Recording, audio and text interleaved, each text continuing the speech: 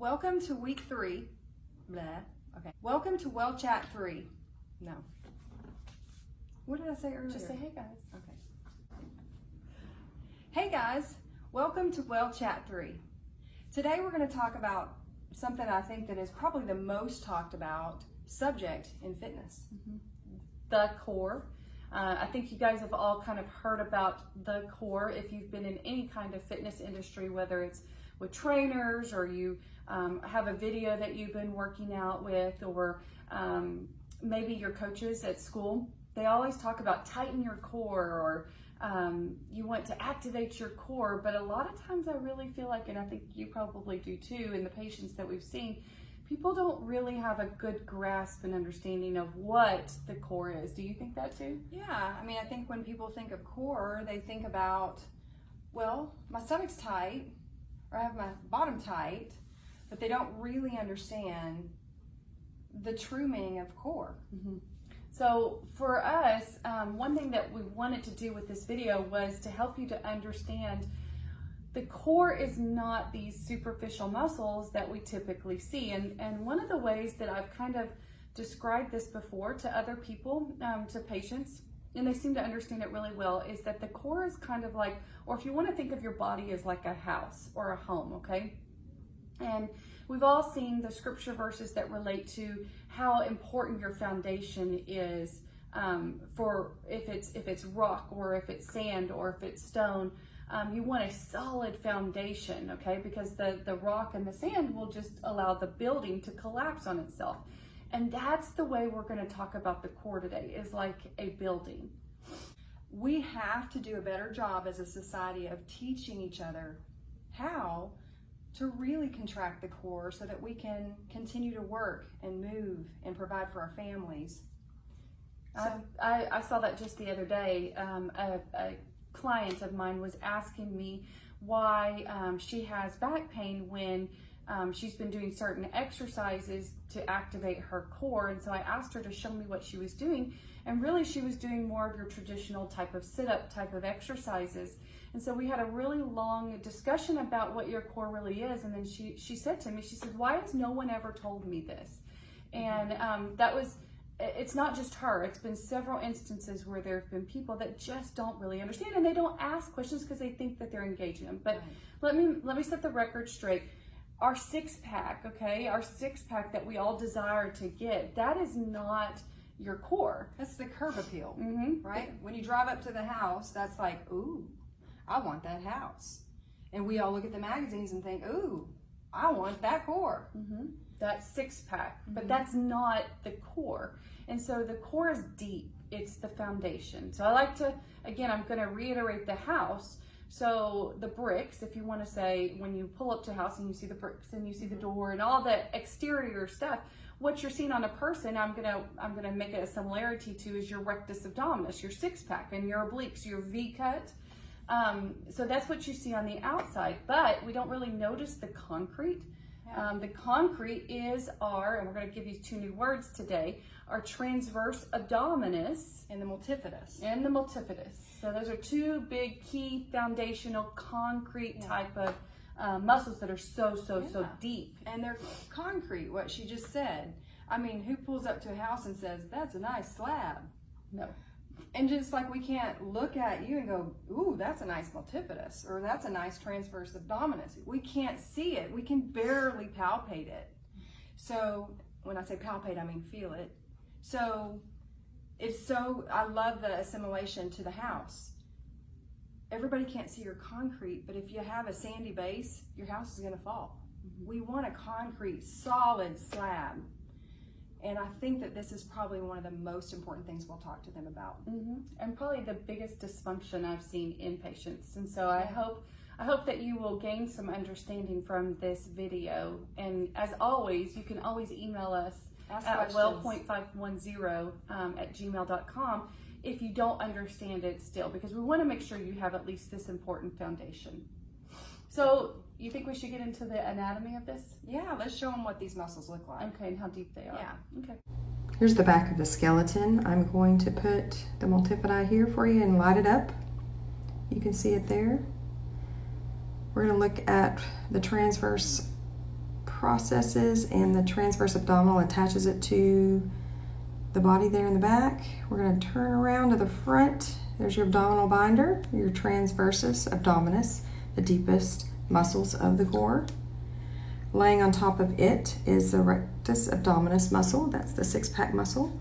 The third layer is the internal obliques, then the external obliques. We're going to flip this body around and we're going to go deep underneath all these muscles to the multifidi right there. So let's talk about how to contract these deep core muscles. Lay on your back with the knees bent, and I'm going to have Sarah put her finger on her belly button. Okay, so the transversus abdominis muscle lies below the belly button. It's not up here in the chest, it's going to be below the belly button. When we do these exercises, we are not moving the pelvis. The pelvis is quiet. We're trying to identify the muscles around the pelvis that attach and that are deep in the spine. So when we talk about the pelvis being quiet, I'm going to move Sarah's hand so you can see her pelvis here. I don't want you to arch your back, and I don't want you to flatten out your back and bring your pelvis up. Okay, so we're finding a neutral position. So for the transversus abdominis muscle, I'm going to have Sarah put her hands on these bony parts of her pelvis. So the transverse abdominis muscle attaches in your back and comes around and wraps around. And so when Sarah does this exercise here, her hands are going to draw in towards each other, just like that muscle wraps around and attaches in the front. So with this exercise, Sarah, you're going to act like you're putting on a tight pair of jeans. So you're going to pull your belly button in towards your backbone like you're sucking in to pull that zipper up. And you're going to count for 10 seconds. 1, 2, 3, 4, 5, 6, 7, 8, 9, 10. And then relax. Good. So the second part of this is the pelvic floor. So in order to really contract the muscles of your foundation, you need to be able to do things like hold your urine. How many of us have a problem with that? It's one of those things that people don't talk about, Yeah. but it is very true. It goes for females and males. This is not just for females. So I want you to think about cutting off your flow of urine when we do this. Okay, Sarah? So when we do this, you're going to draw your fingers in, and then I want you to cut off a flow of urine. It's like there's a zipper in your private area that you're zipping up. Can you feel that? Yeah. Okay, so when we do that, same thing, she's going to hold that for 5 counts. 1, 2, 3, 4, 5. Then relax the pelvic floor, and then relax the transverse abdominal muscle. Okay? So we're going to try that one more time. So she's going to pull the belly button in towards the backbone, and then zip up your pelvic floor. Cut off the flow of urine. And I want to say it's hard to do this without wanting to activate your gluteal muscles. Yeah, so gluteal being your bottom. So she wants to squeeze her hiney while she does it, and we don't want you to do that. We don't want, because that's going to change the position of the pelvis. Okay, good. So the third part of this is the multifidi. So I could show them in this position. Okay. When we do, the multifidi are actually on Sarah's back. And so those are the deep muscles of the spine. They're back behind the pretty muscles of the back that you see that are really defined. So when we do this, again, we don't change the position of the pelvis.